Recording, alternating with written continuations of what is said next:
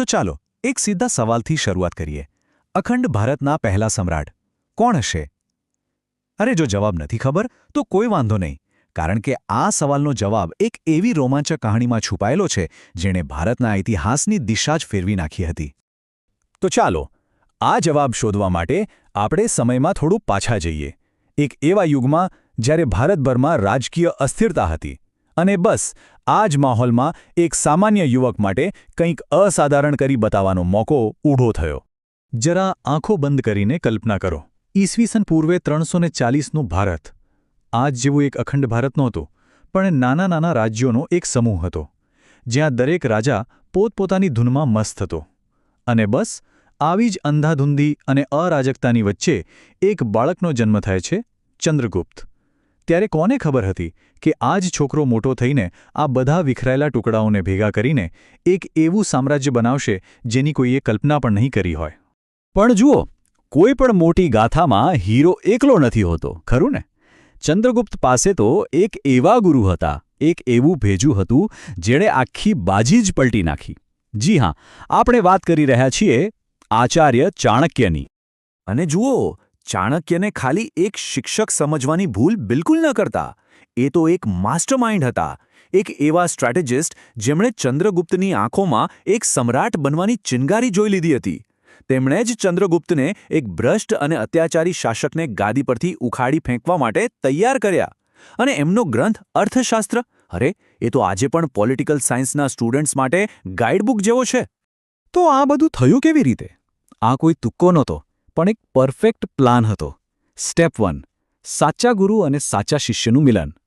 Step 2, બંને મળીને એક એવી ફોજ ઊભી કરી જે કોઈનાથી પણ ટક્કર લેવા તૈયાર હતી. અને ફાઇનલ સ્ટેપ, મગધના ઘમંડી રાજા ધનાનંદ પર સીધો હુમલો. બસ પછી તો ઇતિહાસ બની ગયો. અને પરિણામ? એક યુગનો અંત અને એક નવા યુગની શરૂઆત. નંદવંશનું શાસન ભૂતકાળ બની ગયું અને મૌર્ય સામ્રાજ્યનો સૂર્યોદય થયો.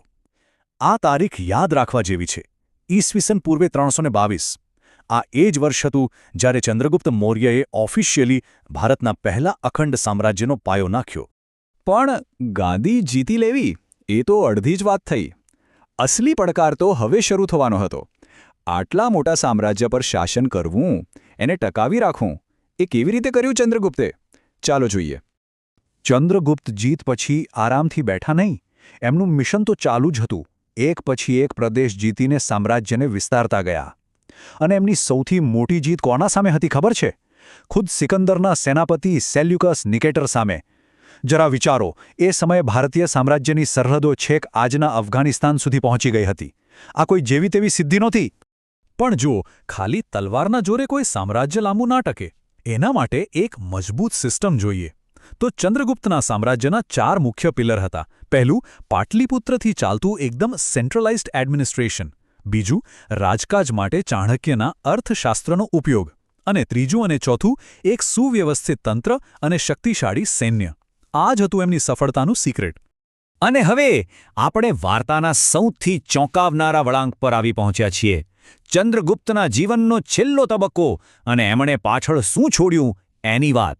જરા વિચારો તો ખરા, એક વ્યક્તિ જેની પાસે બધું જ હોય, પાવર, પૈસો, માન સન્માન, એ બધું જ કેમ છોડી દે? પણ ચંદ્રગુપ્તે બરાબર આ જ કર્યું. રાજપાટ, સિંહાસન બધું જ છોડી દીધું અને એક એવો રસ્તો અપનાવ્યો જેની કોઈ કલ્પના પણ ના કરી શકે. સીધા સમ્રાટમાંથી સંન્યાસી. તેમણે પોતાનો બધો જ રાજકારભાર પોતાના દીકરા બિંદુસારને સોંપ્યો અને પોતે જૈન ધર્મ અંગીકાર કર્યો. અને પછી તેઓ ચાલ્યા ગયા દક્ષિણ ભારતમાં, કર્ણાટકના શ્રવણબેલગોલા. ત્યાં એકદમ સાદું સંન્યાસી જેવું જીવન જીવ્યા. અને ઈસવીસન પૂર્વે 298ની આસપાસ ભારતના એ મહાન સમ્રાટે ખૂબ જ શાંતિથી પોતાનો દેહ ત્યાગ કર્યો. સત્તાના શિખરથી લઈને આધ્યાત્મિક શાંતિ સુધીની આ સફર ખરેખર માન્યમાં ના આવે એવી છે. તો ચંદ્રગુપ્ત મૌર્ય આપણને વારસામાં શું આપી ગયા? ખાલી એક મોટું સામ્રાજ્ય નહીં, પણ એનાથી પણ મોટો એક વિચાર, અખંડ ભારતનો વિચાર. એમણે એક એવી મજબૂત એડમિનિસ્ટ્રેટિવ સિસ્ટમ બનાવી જે આવનારા ઘણા વર્ષો સુધી કામ આવી. અને એમણે જે વંશની સ્થાપના કરી એમાંથી જ આગળ જતા બિંદુસાર અને સમ્રાટ અશોક જેવા મહાન શાસકો આવ્યા. અને અંતે એક સવાલ જે વિચારવા જેવો છે એક માણસ જેણે શૂન્યમાંથી બધું સર્જન કર્યું, જેણે એક આખું સામ્રાજ્ય ઊભું કર્યું, એ અચાનક પોતાની બધી જ તાકાત, સંપત્તિ, બધું જ કેમ છોડી દે?